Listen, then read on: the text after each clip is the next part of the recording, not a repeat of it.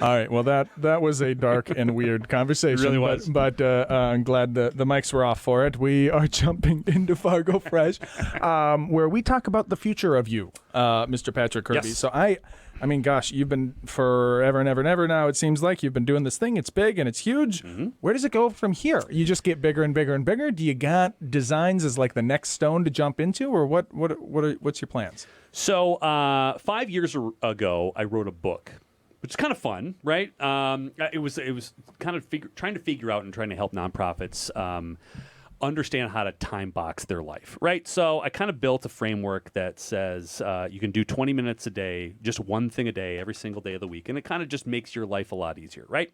So Mondays are for planning, Tuesdays are for doing, Wednesdays are for documenting, Thursdays are for celebrating, and Fridays are for appreciating.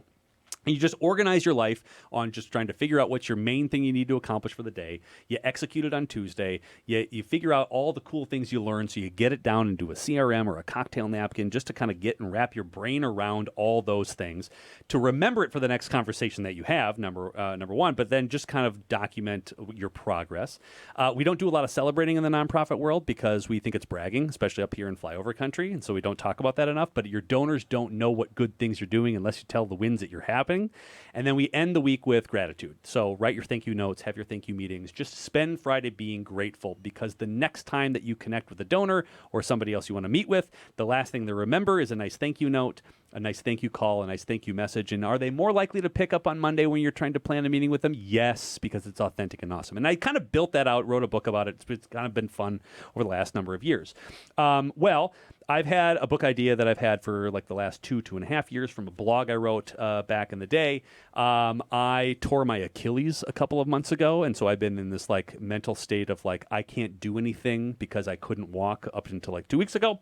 So I sat down and I finished my next book. And so I'm very excited in the future of all these things. And I'm going to release my second book in the first part of the year.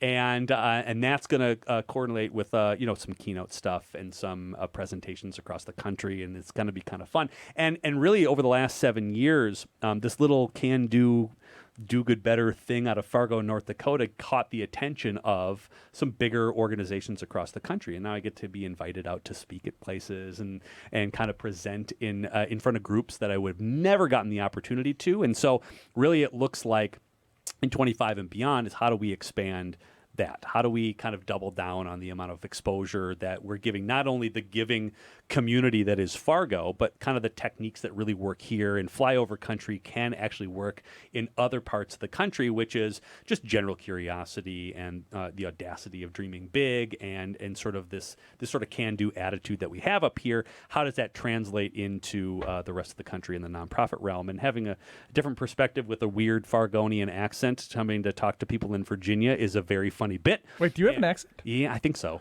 Do I? I don't know. Okay, I can't This is tell how anymore. people talk. I know. Don't they? That was always the thing. They said that they send people up here to train to talk like us because we don't have an accent. Interesting. Have you been told you have an accent? Hey, oh, yeah. Well, I was in Deep South. Yeah. Say catboat. Catboat. Okay. I say room. Okay. Yeah, I don't know if rum or room. Yeah. Do you end every sentence with a preposition? Because that there is the very Midwestern thing. That's really. I'll catch myself in not doing that, so that probably counts too.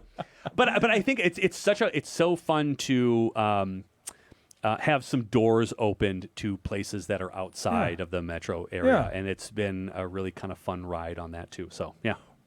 How many people are in Do Good Better? Like how many as an organization? Yep, just myself and my chaos wrangler, Leah.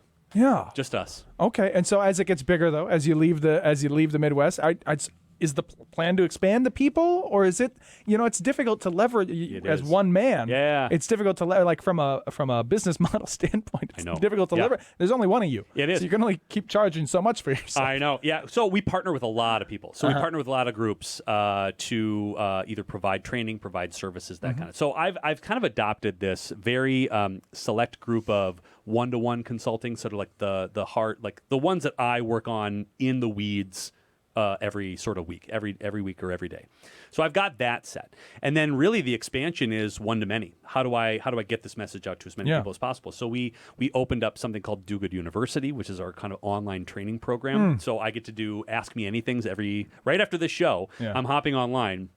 And I'm going to answer questions from our members on like anything that they have a question on. And that's in the membership. I get to do that every single time. And then I'll do webinars and a lot of those trainings that I'll get to do trainings for a lot of people rather than those one-on-ones. And that's kind of the expansion model. But again, it's finding partners across the country who think alike and who have kind of like-minded attitudes on how we fundraise and how we think about philanthropy and connecting with them and then partnering up and doing as many sort of outreach pieces as possible. So. Well, that is all the time for outreach that we have. We are going to jump in. I'm going to use the restroom super Yes. quick. And then when we come back, frequently asked questions. So I love don't it. go nowhere.